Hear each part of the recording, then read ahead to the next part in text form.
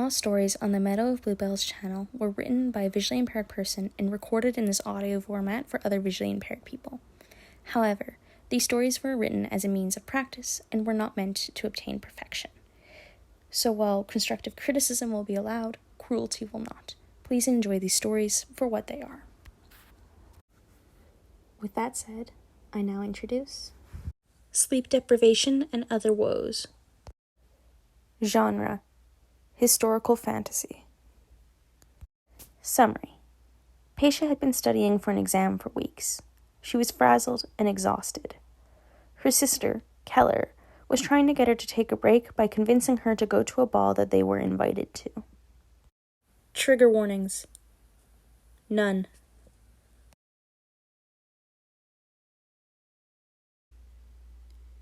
At this point, she was seriously contemplating ripping out her hair. The pain would be trivial to the pounding agony between her eyes. She'd read the same sentence 3 times over and was no closer to comprehending its meaning. A part of her wanted to simply collapse upon the table and forget the book even existed. She was certainly tired enough to fall asleep on the spot. The text wouldn't read itself, though, and she needed to know the information before her exam. She groaned, preparing to read the sentence again, a part of her hoping that Dainara would cut her string there and then, when an envelope was slammed down on the page she was reading. The table creaked at the sudden force put upon it. She jumped back, her eyes widening as she looked up to see a tall figure slowly swim into view. "Seriously, Keller? You could have broken my nose." Keller smirked. "If your nose ended up broken, it'd be because you collapsed at the table. You're exhausted." She leaned against the wood edge, her hand still covering the textbook. "Yeah, well, I need to study." Patia reached forward to tug the textbook closer. She glared up at Keller as the other girl put even more weight on the book. "You need to sleep. Even your glare is lopsided. This is an important exam, and you've been studying for weeks." Keller's voice was deadpan. She tilted her head, staring Patia down. Patia avoided her gaze by looking up at the ceiling. The sound of their other sister's steps echoed from the floor above them, and Addie was hard at work in the kitchen. A soft tune floated in from the dining room as she bustled about. Keller tapped the envelope. "This is for you. Well, both of us." Patia glanced down at the envelope, obscuring her textbook. With a sigh, she reached for it. Keller removed her hand, crossing her arms as she watched Patia examine it. The scent of the already broken wax seal floated under her nose. The brunette pulled the card out of the envelope, rubbing her thumb across the thick cardstock. "Audrey Devens hereby invites Miss Patia Gellum and Miss Keller Gellum to a ball." Her eyes scanned the card on Wadry 13th. She furrowed her brow. "Keller, that's today." She glanced up at her sister, her eyes wide. "I know." Patia turned her eyes back to the envelope, turning it over to see the scrawled writing. "This invitation was sent over 2 weeks ago. Why am I only hearing about it now?" "Because I knew you'd say no." Patia's expression turned one of exasperation. She tossed the invitation on the table. "Of course I'd say no. Why don't you take Juana or Minerva?" She gestured towards the books scattered in front of her. Her shadow scurried across the table as she moved amidst the afternoon light. "I'm busy." "Because you're due for a break." "Why do you want to go anyway? You always say they're so dull." She slumped back in her chair, allowing her hands to fall to the wrinkled folds of her dress. The tree outside the window fluttered as a light breeze danced through the branches. Keller shrugged. "They have their uses. Mom says that if I'm to take over the company, I need to make more connections." She smoothed her bodice, a swift action that Patia had long learned to associate with her sister. She still managed to look poised, even though she was leaning on the table. Despite her exhaustion, Patia felt a flicker of envy deep in her chest. She didn't think she could remember a time when she had seemed as put together as her sister. And she certainly wasn't at that moment, with her frizzy hair and rumpled dress. "Why don't you just go on your own? I've got work to do." She pulled her book closer, studiously ignoring Keller as she attempted to get back to her reading. The paper crinkled as she ran her fingers across the page, trying desperately to force her brain to memorize the text. She gritted her teeth as the words jumbled together before her eyes. Her brain refused to interpret even the simplest of words. Keller simply watched her as she furrowed her brow and tried again and again. With a groan, she flopped back in her chair. "Fine, I'll go." She gestured in frustration at her book. "It's not like I'm making any progress anyway." She slumped down, rubbing a hand across her face. Despite not having moved all day, her muscles ached with the movement. Keller gave her the faintest of smiles. "Good. You ought to go upstairs and rest for a while. I'll wake you up when it's time to get ready." Patia opened her mouth to argue that she'd be fine, but the room swam with the movement and her jaw snapped shut. She sighed and stood, leaning on the wall as she made her way toward the stairs. Her whole body felt heavy. The floor never looked more comfortable. She was only kept moving by the promise of her warm bed. Now that she was away from her books, she was certain she would be asleep the moment her head hit the pillow. Patia awoke to Keller and Juana talking as they lounged in their respective beds. Their voices were a familiar sound, like a lullaby that soothed her mind. She rubbed her eyes, sighing delightedly as she burrowed further into her pillow. The warmth of the fabric lulled her further into that blissful place between sleep and wakefulness. She should have done this days ago. She had completely forgotten what it felt like to be well-rested. The chatter on the other end of the room disappeared as she allowed her eyes to fall closed again. "You better get up," Juana called as she got out of her own bed. Her cheery voice was as loud as always, full of energy that grated against Patia's sleep-addled mind. The floorboards creaked as the younger girl's shoes tapped across the floor. She leaned over Patia's bed. "The ball is in about 2 hours." Her voice was full of excitement as she spoke. "She's right. Addie needs to know what dress you're going to wear so that she can press it." Patia grumbled lazily as she registered the amusement in Keller's tone. "It's so comfy, though." She pulled the blanket closer, sighing as its weight settled around her. It felt like a warm embrace that she was well and truly convinced she'd never want to leave. "I'm thinking of wearing those dangly silver earrings we got at the market last year. They might look good with the gown I have picked out." Patia peeked an eye open, staring at Keller from across the room. The other girl was nonchalantly analyzing her sleeve, her thumb smoothing out an imaginary wrinkle. Juana, the traitor, giggled beside her, the floor creaking beneath her as she leaned back on her heels. "You wouldn't dare." Her groggy voice undermined the threatening words. Keller returned her gaze, leaning back against the wall and smirking. "I might." She looked entirely unperturbed. In fact, there was a flicker of mirth in her purple eyes. "Fine," Patia groaned, throwing the blankets off her. "I'm getting up." She rolled her eyes at Keller's self-satisfied expression. "Are there any specifications about what we should wear?" She pulled open her wardrobe. She sighed as the scent of clean clothes tickled her nose. Her fingers curled around the cold metal of the handle as she analyzed her options. "No, just the usual." Patia hummed her acknowledgement. She reached forward, her fingers trailing over the different fabrics, feeling the differences in their texture.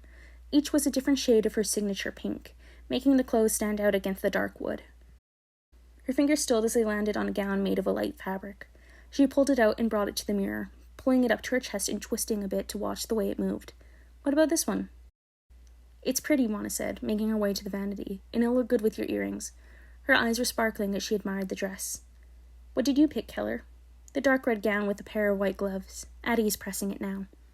"All right, I think this will match well." "We don't need to match, Patia. We're sisters, not brainless lovers."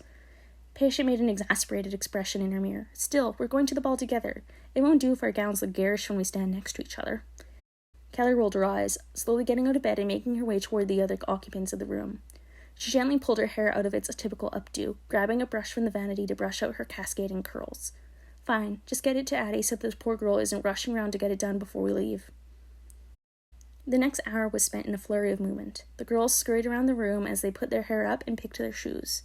When their dresses were returned, they put them on, ensuring that the delicate fabric didn't snag as Addie buttoned them up. It was a procedure that they knew well, having been out in society for a couple of years now. Juana, still new to it all, helped Patia put a flower ornament in her hair and decided which accessories worked best with Keller's darker dress. Her excitement was practically palpable as she seemed to bounce around the room. She looked like an exuberant puppy, practically shaking with delight. The air was filled with the scent of floral perfume, and the candle situated on the vanity caused the light glinting off of their jewelry to dance across the room. They moved from task to task fluidly, working together with the ease only sisters could master. Soon they were about ready, and the hustle and bustle had calmed down. "Why don't you come with us, Juana?" Patia tilted her head as she adjusted her earrings. The silver flowers shimmered as they dangled in the low light of the candle. She glanced into the mirror to see her younger sister sitting on her bed. "Mom says Miss Devons only invited you two." Juana's legs swung with unspent energy. The movement of her bright red skirts caused shadows to dance across the floor. Patia turned around in her chair, laying her hands in her lap so that she wouldn't mess up her hair by playing with it. "I'm sure she wouldn't mind if you came." Keller moved towards the vanity, grabbing a perfume bottle and dabbing some onto her neck. "It'd be rude to bring guests the host is not prepared to accommodate." Juana groaned and flopped back on the bed, the pink blanket surrounding her puffed up with the movement. Her hair splayed out around her. Patia sighed, leaning against the back of her chair. "She could go in my place. I need to study that treaty on gene syndrome anyway." Juana quickly shot up, her face flooding with horror. No way. You're going. You've been driving everyone crazy studying for that exam. Patia rolled her eyes and smiled good-naturedly at her sister. It can't have been that bad. You nearly ran into a wall while reading yesterday. The table has been covered in your notes, Keller added. The little one said you managed to make their bedtime story about stomach aches a few nights back. I had to beg you to run a brush through your hair. All right. Patia waved her hands around. I get it. I'm stressed. I mean, do you know how many things could be on that test? Her brown eyes widened as a panicked edge entered her tone. Goodness, I forgot to study Beaton's disease. I'm going... You know what? If this is going to be the rest of your night, I'm happy I'm not going. Juana hopped off the bed and made her way to the door. She clapped Keller on the shoulder as she passed and whispered, good luck with dealing with that all night. The two older girls watched her leave before Keller swung around to stare at Patia. Her dark red skirts floated about her feet with the movement. She crossed her arms and furrowed her brow. Patia cowered slightly under her gaze, reaching up to tug on her hair, only to stop at the last second. What? Keller leaned towards Patia, her hand coming to rest on the vanity. What are you truly afraid of? Her purple eyes stared down at Patia unflinchingly. Patia squirmed in her seat, her earrings shivering on her earlobes as she moved. She wished Juana would return to save her from her sister's piercing eyes. Failing the exam? The statement sounded more like a question. She bit her lip to hide her nerves. Keller leaned even closer. Her white gloves wrinkled as she grasped the polished wood beneath her palm. Try again. Patia opened her mouth, but closed it again when Keller raised an eyebrow. She licked her lips and looked away, her brown eyes scanning the wood planks beneath her feet. I'm afraid that I won't be as good as you. The words were an ashamed whisper.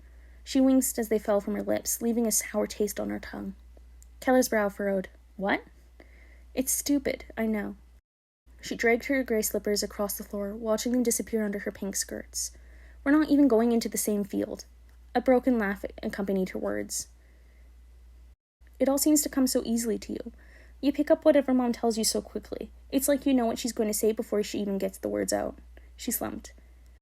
The light fabric that made up her sleeves flooded around her shoulders. Meanwhile, I read text after text and study for hours and hours and still struggle. She looked down at her lap, squeezing her hands tightly together as she avoided Keller's eyes. Her cheeks flushed with embarrassment over the admission. If only the floor would swallow her whole. For a moment, Keller simply blinked down at the other girl, before she kneeled down and took Patia's hands within her own. She gently rubbed a thumb over her sister's knuckles. You know, I envy you too. The words sounded heavy on her tongue, struggling to make themselves known. I envy how easily you show that you are stressed and afraid. I envy the fact that you're okay with admitting that sometimes everything is not okay. She took a deep breath. Do you know how many times I've wished I could convince myself to be as open as you? Patia peeked at her, her lips still drawn in a thin line. I might be better at learning on the go, Patia, but your capacity for emotional expression is something I will always cherish. And you know what? She leaned in a little closer, a small, gentle smile overtaking her face. I think it will make you an amazing healer, too. It makes you empathetic and warm, soft and gentle. Sometimes, Patia, that's what patients really need. Someone who can truly see them. Patia sniffed, blinking tears out of her eyes as she met Keller's gaze. A soft warmth flooded her chest. The taller girl's smile widened, and her purple eyes softened all the more. Patia flung herself forward, wrapping her arms around the other girl and sniffling into her neck. Keller wrapped her arms around her sister, rubbing her back gently. You're going to read your books and study hard. Then one day you're going to use that endless well of empathy to become the best healer the city has to offer. Promise? I don't need to promise. Somewhere deep inside, you know it's true. Patia didn't respond immediately. She simply held her sister all the tighter, her fingers curling into the fabric of Keller's red dress. The sweet words had unfurled something in her, like a taut string finally being cut. Her muscles relaxed as the sensation flooded through her. For the first time in weeks, it felt like she could breathe. Eventually, she whispered into Keller's neck, "Thank you."